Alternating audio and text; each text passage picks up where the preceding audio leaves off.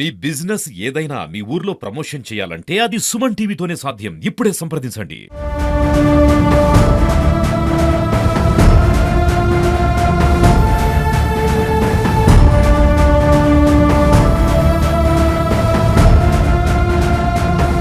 Bridge కట్టలేరు, ఇక్కడ కడతలేరు. అటు లింగనపేట పోతే అటు బ్రిడ్జి లేదు, ఆడ బంద్ అయిపోయినాయి. అనంగ వస్తలేదు, ఇనంగ వస్తలేదు.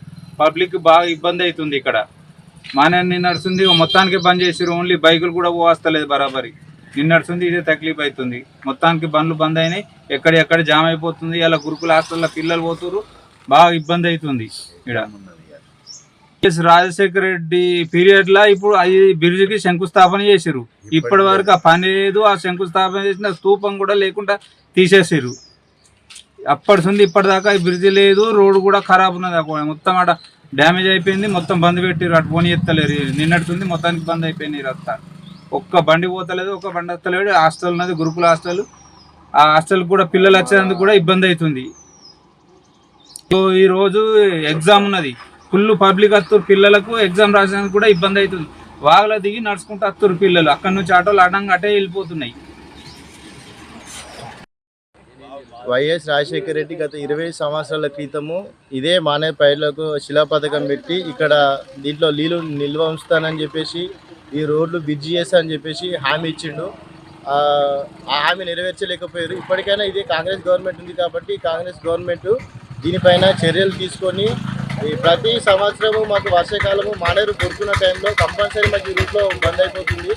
ఇక్కడ ప్లస్ అక్కడ గంభీరపేట మండలం అక్కడ కూడా మానేరు రహదారి బంద్ అయిపోతుంది. మేము ఎల్లినపేట మండలం నుంచి మేము కామారెడ్డికి అటు సిద్దిపేటకు పోయే పరిస్థితి మాకు ఉంది. కాబట్టి ఇప్పటికైనా గవర్నమెంట్ స్పందించి దీనిపైన డబుల్ హైవేలు బ్రిడ్జ్ చేయాలని మనవి చేస్తున్నాము. ఈ పనికి మాలిన హామీలు, ఉచిత బస్సులు ఇవి ఇచ్చే బదులుగా ప్రజలకు ఉపయోగపడే హామీలు, ప్రజలకు ఉపయోగపడే వసతులు కల్పించాలని గవర్నమెంట్ కోరుకుంటున్నాం. అంతకుముందు పోయిన పీరియడ్లో స్థానిక ఎమ్మెల్యే మా కేటీ రామన్న గారు హామీ ఇచ్చిండు. దాని ప్రకారమే ఇప్పుడు గంభీరపేటలో బ్రిడ్జి పనులు నడుస్తున్నాయి. సో గవర్నమెంట్ లేదు కాబట్టి రామన్న కూడా కొంచెము చొరవ తీసుకొని మళ్ళీ ఒకసారి దృష్టి సారించి ప్రభుత్వం పైన ఒత్తిడి తేవాలని రామన్నకు మనవి చేస్తున్నాం. రోడ్డు ఖరాబ్ అయిపోయింది. ఇట్లా ఇబ్బంది పెడితే జనాలకి ఇబ్బంది అవుతుంది. రోడ్డు మొత్తం కుంగిపోయింది, పట్టించుకోవాలి. గవర్నమెంట్ ఉండి ఏం లాభం? ఇంత పెద్ద రోడ్డుకి బస్సులు బంద్, జనాలకి ఇబ్బంది, అన్నీ బాగా ఇబ్బంది పెడుతున్నారు. చాలా రోజుల నుంచి ఇబ్బంది అవుతుంది ఈ రోడ్డు. ఈ రూటు ఎటు వెళ్తుంది? అమ్మారెడ్డి దుబ్బాకకు వెళ్తుంది రెగ్యులర్ రోడ్డు. గమ్మిరోపేటకి, సిద్దిపేట, ముస్తాబాద్, సిద్దిపేట రోడ్డు అన్నీ బంద్ అయిపోయింది. ఈ చిన్న రోడ్డు వల్ల ఇంత పెద్ద ఇబ్బందులు ఎదుర్కొంటుంది జనాలందరూ. అంటే ఇది ఇప్పుడు జరిగిందా?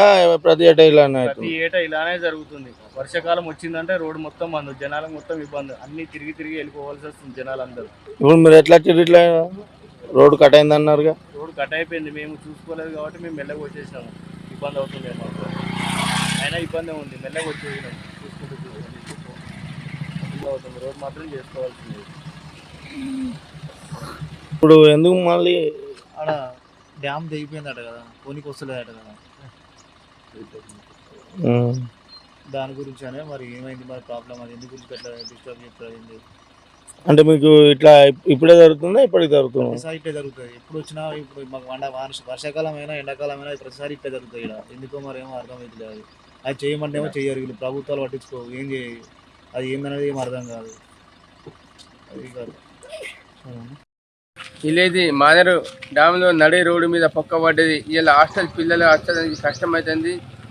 చెట్లకి నడుచుకుంటూ వచ్చి పిల్లలు ఎగ్జామ్ ఉంది. ఇలా ఈ గవర్నమెంట్ మన వైఎస్ రాజశేఖర రెడ్డి అప్పుడు ఒప్పుకున్న రోడ్డు ఈ వరకు లేదు. కేటీఆర్ గారు మీరన్నా కొద్దిగా దేవాలయం చేసుకొని రోడ్డు చేయాలని మేము కోరుకుంటున్నాము. జై తెలంగాణ.